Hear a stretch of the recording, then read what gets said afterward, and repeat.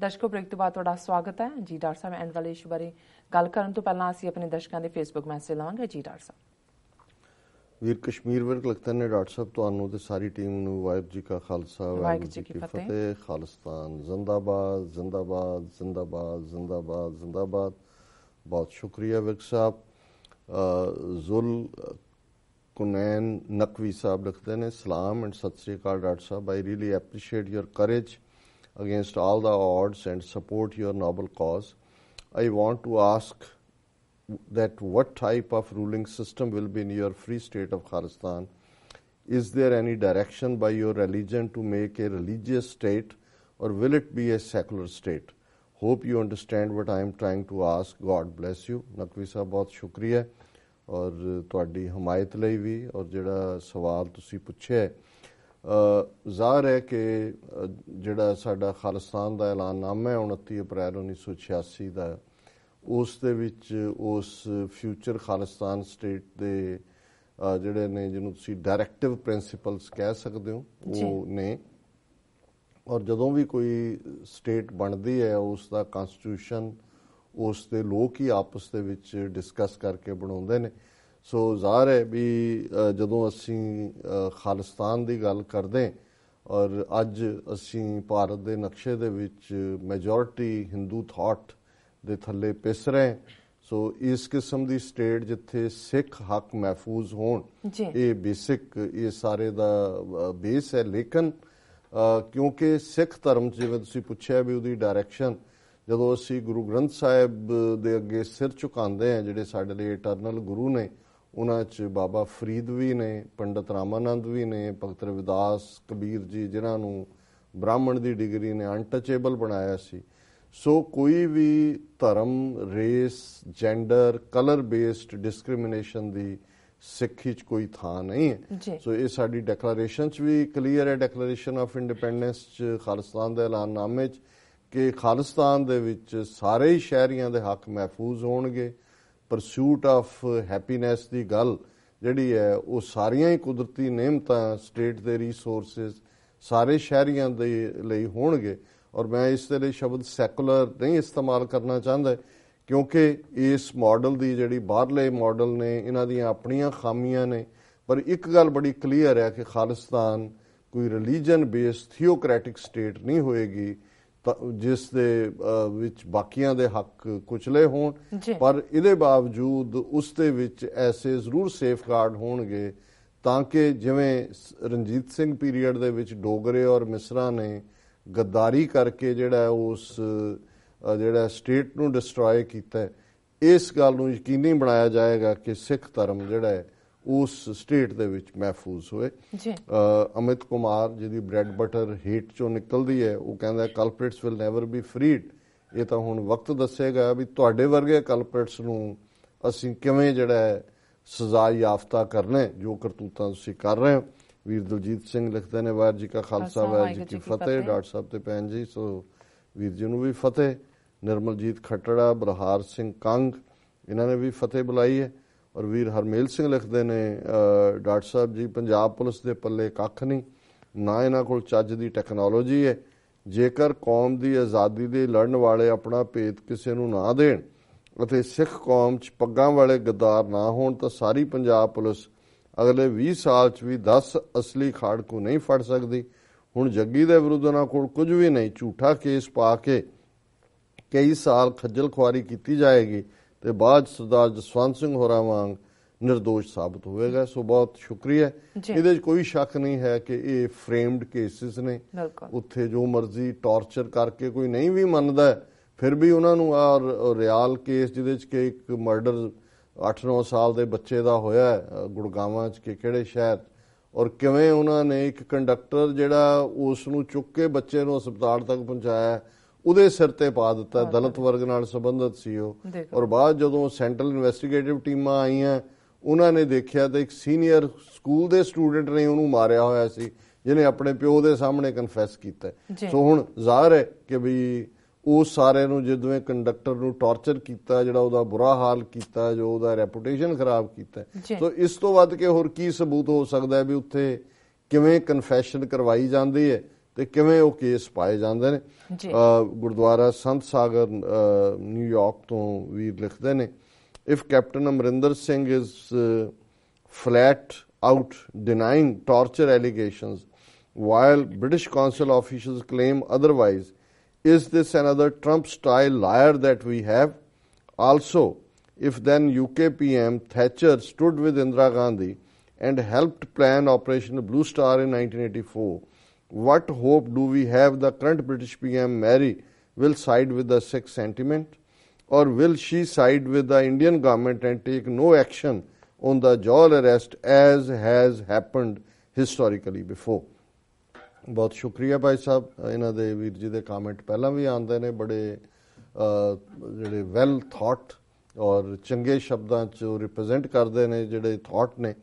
ਉਹਦੇ 'ਚ ਕੋਈ ਸ਼ੱਕ ਨਹੀਂ ਹੈ ਕਿ ਵੀ ਇਹ ਟਰੰਪ ਸਟਾਈਲ ਤੋਂ ਵੀ ਵਰਸਟ ਹੈ, ਕਿਉਂਕਿ ਜੋ ਇਹਨਾਂ ਦਾ ਕੈਪਟਨ ਅਮਰਿੰਦਰ ਔਰ ਇਹਨਾਂ ਦੇ ਖਾਨਦਾਨ ਦਾ ਪਾਰਟ ਹੈ, ਇਹ ਤਾਂ ਇਹਨਾਂ ਦੇ ਲਈ ਕੋਈ ਜ਼ਮੀਰ ਨਾਂ ਦੀ ਕੋਈ ਚੀਜ਼ ਨਹੀਂ ਹੈ।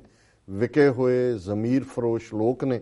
ਔਰ ਇਹਦੇ 'ਚ ਵੀ ਕੋਈ ਸ਼ੱਕ ਨਹੀਂ, ਜਿਵੇਂ ਇਹਨਾਂ ਨੇ ਪੁਆਇੰਟ ਆਊਟ ਕੀਤਾ ਹੈ ਕਿ 84 ਦੇ ਪੀਰੀਅਡ 'ਚ ਦਰਬਾਰ ਸਾਹਿਬ ਤੇ ਹਮਲੇ 'ਚ ਮਾਰਗਰੇਟ ਥੈਚਰ ਦਾ ਰੋਲ ਹੁਣ ਸਾਹਮਣੇ ਹੈ, ਡੀਕਲਾਸੀਫਾਈ ਹੋਏ ਜਿਹੜੇ ਡਾਕੂਮੈਂਟਸ ਨੇ। ਪਰ ਹੁਣ ਫਰਕ ਇਹ ਹੈ, ਔਰ ਇਹਦੇ 'ਚ ਕੋਈ ਸ਼ੱਕ ਨਹੀਂ ਹੈ ਕਿ ਜੇ 175 ਮੈਂਬਰਸ ਆਫ ਪਾਰਲੀਮੈਂਟ ਨਾ ਖਲੋਂਦੇ ਔਰ ਇਹ ਫੋਰਸ ਨਾ ਹੁੰਦੀ, ਸ਼ਾਇਦ ਥੈਰੇਸਾ ਮੇ ਵੀ ਚੁੱਪ ਕਰਕੇ ਵੇੜਾ ਲੰਘਾ ਲੈਂਦੀ।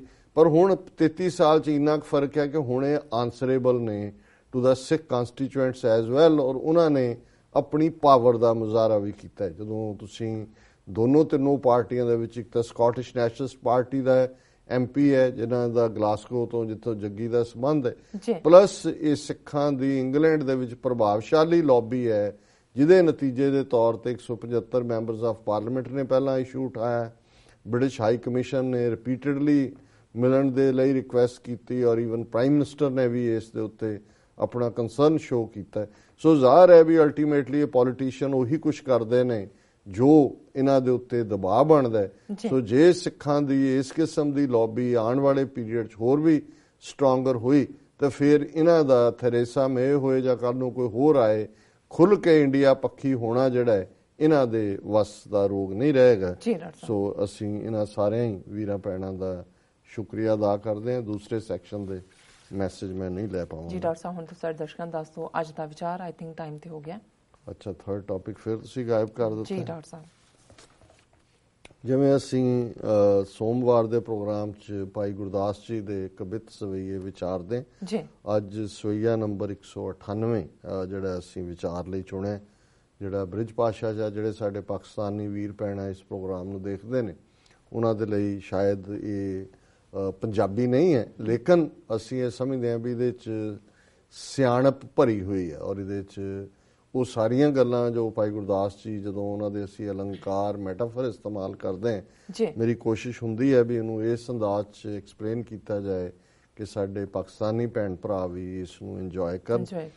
ਭਾਈ ਸਾਹਿਬ ਕਹਿੰਦੇ ਨੇ, ਉਖ ਮੈਂ ਪਿਓਖ ਰਸ ਰਸਨਾ ਰਹਿਤ ਹੋਏ, ਚੰਦਨ ਸੁਬਾਸ ਤਾਸ ਨਾਸਕਾ ਨਾ ਹੋਤ ਹੈ, ਨਾਦ ਬਾਦ ਸੁਰਤ ਬਿਹੂਨ ਬਿਸਮਾਦ ਗਤ, ਬਿਬਿਦ ਬਰਨ ਬਿਨ ਦ੍ਰਿਸ਼ਟ ਸੋ ਜੋਤ ਹੈ, ਪਾਰਸ ਪਰਸ ਨਾ ਸਪਰਸ਼ ਓਸਨ ਸੀਤ ਕਰ, ਜਾਏ ਪੰਚ ਦੋਖ ਨਿਰਦੋਖ ਮੋਖ ਪਾਵੇ ਕੈਸੇ, ਗੁਰਮੁਖ ਸਹਿਜ ਸੰਤੋਖ ਹੋਏ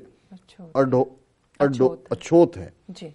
ਹੁਣ ਭਾਈ ਸਾਹਿਬ ਨੇ 3-4 ਅਲੰਕਾਰ ਦਿੱਤੇ ਨੇ ਇਹ ਉਦਾਹਰਣ ਦੇ ਕੇ ਕਿ ਅਲਟੀਮੇਟਲੀ ਜਿਹੜਾ ਗੁਰਮੁਖ ਰੱਬ ਨਾਲ ਜੁੜਿਆ ਹੋਇਆ, ਰੱਬ ਦੀ ਇਬਾਦਤ ਰਾਹੀਂ ਰੱਬ ਦਾ ਬਣਿਆ ਬੰਦਾ ਹੈ, ਉਸ ਦੇ ਵਿੱਚ ਕਿਵੇਂ ਸਹਿਜ ਹੁੰਦਾ, ਉਸ ਦੇ ਜੀਵਨ ਦੇ ਵਿੱਚ ਇੱਕ ਟਿਕਾ, ਇੱਕ ਅਡੋਲਤਾ, ਇੱਕ ਨਾ ਡੋਲਣ ਦੀ ਗੱਲ ਹੁੰਦੀ, ਸੰਤੋਖ, ਕਿਵੇਂ ਉਹ ਕੰਟੈਂਟਡ ਹੁੰਦਾ, ਕੰਟੈਂਟਮੈਂਟ, ਕਿ ਉਸ ਦੇ ਅੰਦਰ ਕੋਈ ਦੌੜ ਭੱਜ ਨਹੀਂ ਹੁੰਦੀ, ਉਹ ਟਿਕਾ 'ਚ ਹੁੰਦਾ ਔਰ ਉਹ ਵਿਕਾਰਾਂ ਤੋਂ, ਵਾਇਸਿਸ ਤੋਂ, ਕਾਮ ਕ੍ਰੋਧ ਲੋਭ ਮੋਹ ਹੰਕਾਰ ਹਸਦ ਨਫ਼ਰਤ, ਇਹਨਾਂ ਸਾਰੀਆਂ ਚੀਜ਼ਾਂ ਤੋਂ ਅਛੋਹ ਹੁੰਦਾ। ਉਸ ਦੇ ਲਈ ਭਾਈ ਸਾਹਿਬ ਨੇ 4 ਅਲੰਕਾਰ ਜਿਹੜੇ ਨੇ ਇਸਤੇਮਾਲ ਕੀਤੇ। ਉਖ ਮੇਮ ਪਿਓਖ ਰਸ, ਉਖ ਕਹਿੰਦੇ ਨੇ, ਸ਼ਾਇਦ ਉਰਦੂ 'ਚ ਵੀ ਉਹਨੂੰ ਈਖ ਕਹਿੰਦੇ ਨੇ, ਗੰਨੇ ਨੂੰ। ਪਿਊਖ ਰਸ ਸ਼ੂਗਰ ਮਿੱਠਾ। ਹੁਣ ਗੰਨੇ ਦੇ ਵਿੱਚ ਜਿਹੜੀ ਮਿਠਾਸ ਹੈ, ਗੰਨਾ ਮਿੱਠੇ ਨਾਲ ਭਰਿਆ ਹੋਇਆ ਹੈ, ਰਸਨਾ ਰਹਿਤ ਹੋਏ, ਪਰ ਗੰਨੇ ਦੇ ਆਪਣੀ ਤਾਂ ਜ਼ਬਾਨ ਨਹੀਂ ਲੱਗੀ ਹੋਈ, ਉਸ ਦੇ ਰਸ ਨੂੰ ਦੂਸਰੇ ਮਾਣ ਸਕਦੇ ਨੇ। ਗੰਨੇ ਨੂੰ ਆਪਣਾ ਰਸ ਮਾਣਨ ਦਾ, ਆਪਣੀ ਮਿਠਾਸ ਮਾਣਨ ਦਾ ਉਹਦੇ ਕੋਲ ਕੋਈ ਤਰੀਕਾ ਨਹੀਂ ਹੈ, ਕਿਉਂਕਿ ਰਸਨਾ ਜੀਭ ਨੂੰ ਕਹਿੰਦੇ ਨੇ, ਉਸ ਦੇ ਜ਼ਬਾਨ ਨਹੀਂ ਹੁੰਦੀ। ਚੰਦਨ ਸੁਬਾਸ ਤਾਸ ਨਾਸਕਾ ਨਾ ਹੋਤ ਹੈ। ਹੁਣ ਚੰਦਨ ਦੀ ਖੁਸ਼ਬੂ ਮੀਲਾਂ ਤੱਕ ਹੁੰਦੀ ਹੈ, ਪਰ ਚੰਦਨ ਦੀ ਖੁਸ਼ਬੂ ਦੂਸਰੇ ਉਸ ਨੂੰ ਮਾਣ ਸਕਦੇ ਨੇ, ਉਹਦੇ ਆਪਣੇ ਤਾਂ ਨਾਸਾਂ ਨਹੀਂ ਲੱਗੀਆਂ ਹੋਈਆਂ, ਨੱਕ ਨਹੀਂ ਲੱਗਾ ਹੋਇਆ। ਚੰਦਨ ਸੁਬਾਸ ਤਾਸ ਨਾਸਕਾ ਨਾ ਹੋਤ ਹੈ, ਕਿ ਉਸ ਦੇ ਨੋਸਟਿਲਸ ਨਹੀਂ ਨੇ, ਉਹਦੇ ਨੱਕ ਨਹੀਂ ਹੈ ਕਿ ਚੰਦਨ ਆਪਣੀ ਫ੍ਰੈਗਰੈਂਸ ਨੂੰ, ਆਪਣੀ ਖੁਸ਼ਬੂ ਨੂੰ ਖੁਦ ਮਾਣ ਸਕੇ। ਨਾਦ ਬਾਦ ਸੁਰਤ ਬਿਹੂਨ ਬਿਸਮਾਦ ਗਤ। ਨਾਦ ਕਹਿੰਦੇ ਨੇ ਜਿਹੜਾ ਮਿਊਜ਼ਿਕ ਇੰਸਟਰੂਮੈਂਟਸ ਦੇ ਨਾਲ ਜਿਹੜਾ ਮਿਊਜ਼ਿਕ ਪੈਦਾ ਹੁੰਦਾ ਹੈ ਜੀ। ਔਰ ਭਾਈ ਸਾਹਿਬ ਕਹਿੰਦੇ ਨੇ ਕਿ ਵੀ ਹੁਣ ਜਿਹੜੇ ਇੰਸਟਰੂਮੈਂਟ ਨੇ ਉਹ ਮਿਊਜ਼ਿਕ ਦਿੰਦੇ ਨੇ, ਉਹਨੂੰ ਅਸੀਂ ਤਾਂ ਇੰਜੋਏ ਕਰਦੇ, ਪਰ ਉਹਨਾਂ ਦੇ ਆਪਣੇ ਕੰਨ ਤਾਂ ਨਹੀਂ ਲੱਗੇ ਹੁੰਦੇ ਜੀ, ਕਿ ਵੀ ਉਹ ਉਸ ਨੂੰ ਇੰਜੋਏ ਕਰਨ। ਵਿਵਿਧ ਬਰਨ ਬਿਨ ਦ੍ਰਿਸ਼ਟ ਸੋ ਜੋਤ ਹੈ। ਇਸੇ ਤਰ੍ਹਾਂ ਅੱਖਾਂ ਜਿਹੜੀਆਂ ਨੇ ਉਹ ਅੱਡ-ਅੱਡ ਕਲਰਸ ਨੂੰ ਦੇਖਦੀਆਂ ਨੇ, ਪਰ ਉਹਨਾਂ ਨੇ ਜਿਹੜੀ ਸੈਂਸੇਸ਼ਨ ਹੈ ਉਹ ਬ੍ਰੇਨ ਤੱਕ ਪਹੁੰਚਾਣੀ ਹੈ, ਔਰ ਉਹਨੂੰ ਅਸੀਂ ਇੰਜੋਏ ਕਰਦੇ ਹਾਂ ਜਿਨ੍ਹਾਂ ਦੇ ਕੋਲ ਬ੍ਰੇਨ ਹੈ।